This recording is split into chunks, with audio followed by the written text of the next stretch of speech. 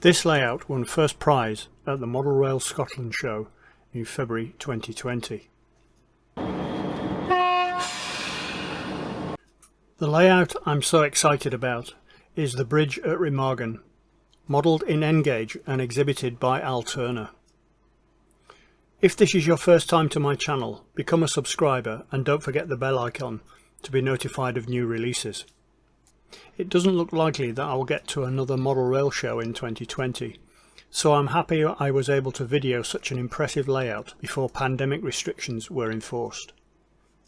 If you are unfamiliar with the role that the Ludendorff Bridge played at the end of the Second World War, it may help to give you a short history of the bridge.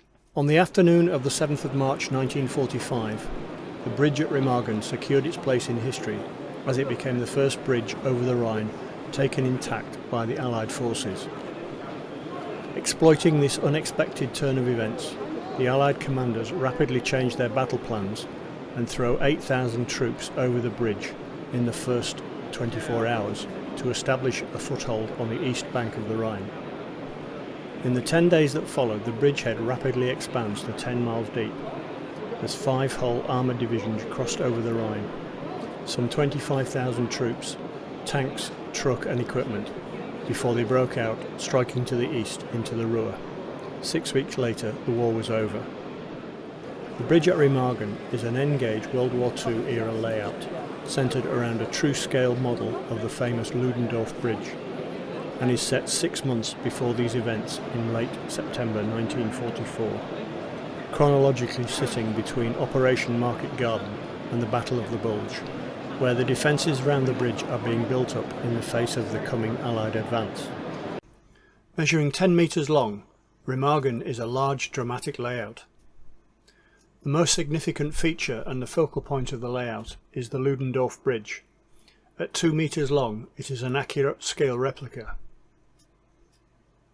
At the start of the project, there were no drawings readily available of the bridge.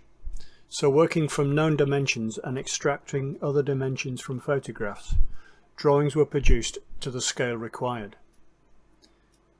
Contact was made with the curator of the Peace Museum, located in the West Bank Tower, and with his help acquired a scale drawing which was then enlarged to 1:160, and overlaid on the previous drawings proved a pretty accurate match. The bridge and abutments took the best part of a year to complete. The bridge is all brass construction with individual pieces of engineering brass sections soldered together to construct the freestanding structure. The abutments are constructed from a 3mm PVC card framework, which was then clad with textured plasticard. The technique was used on all the buildings. I managed to speak with Al at the exhibition, who gave me a bit more information. The inspiration came from the film, The Bridge at Remargan, which is the 1968 film with Robert Vaughan and George Segal in it. Oh right, yeah. I watched it many years ago as a young kid on a rainy sunny afternoon with my dad, and I just thought trains and tanks in the same place, that was fantastic. About 5-6 years ago, I suddenly had the opportunity to be able to realise this layout and just sort of set to and did it. How big is it? 10 metres, just short of 10 metres length to length. And width? Width, metre, or the front piece is about 900, just over a metre in total operating space. A lot of thought went into the back scene. I know it probably didn't look it. What to do, whether grey sky or blue sky or scenery and such like. And the problem is with the river being so wide, almost 1.5 metres wide, painting that and getting the perspectives right wouldn't work for anywhere other than stood right in front of the river. So I thought, go for a clear, bland, grey, sort of grey sky, grey backs will work. Everything on the layout is scratch built, with the exception of the signal box and the signal gantry, Right. which time has made me had to revert to a kit on that one, and I think I'll probably replace it with a scratch built one later. But everything else, the bridge, the abutments, the farm buildings, the barn, they're all scratch built. And that was sourced from photographs, was it? Yeah, it is. From the centre point of the layout, that way, that is scale accurate. And it's been taken from photographs, maps, aero reconnaissance photographs, place all the bits there, same with the trench systems and such like, the anti-aircraft battery on top of the mountain, it's all taken from historical photographs, From the centre line going west, there's a lot of artistic license in there to make it an operational layout. The control system, what is it? Simple DC. Simple DC. There's Right. nothing complicated here. One controller controls the east route, the other controller controls the west route. Both operate completely independent from each other, so you know, we've got problems with one, doesn't affect the other. So how many operators would it normally take? Normally 3.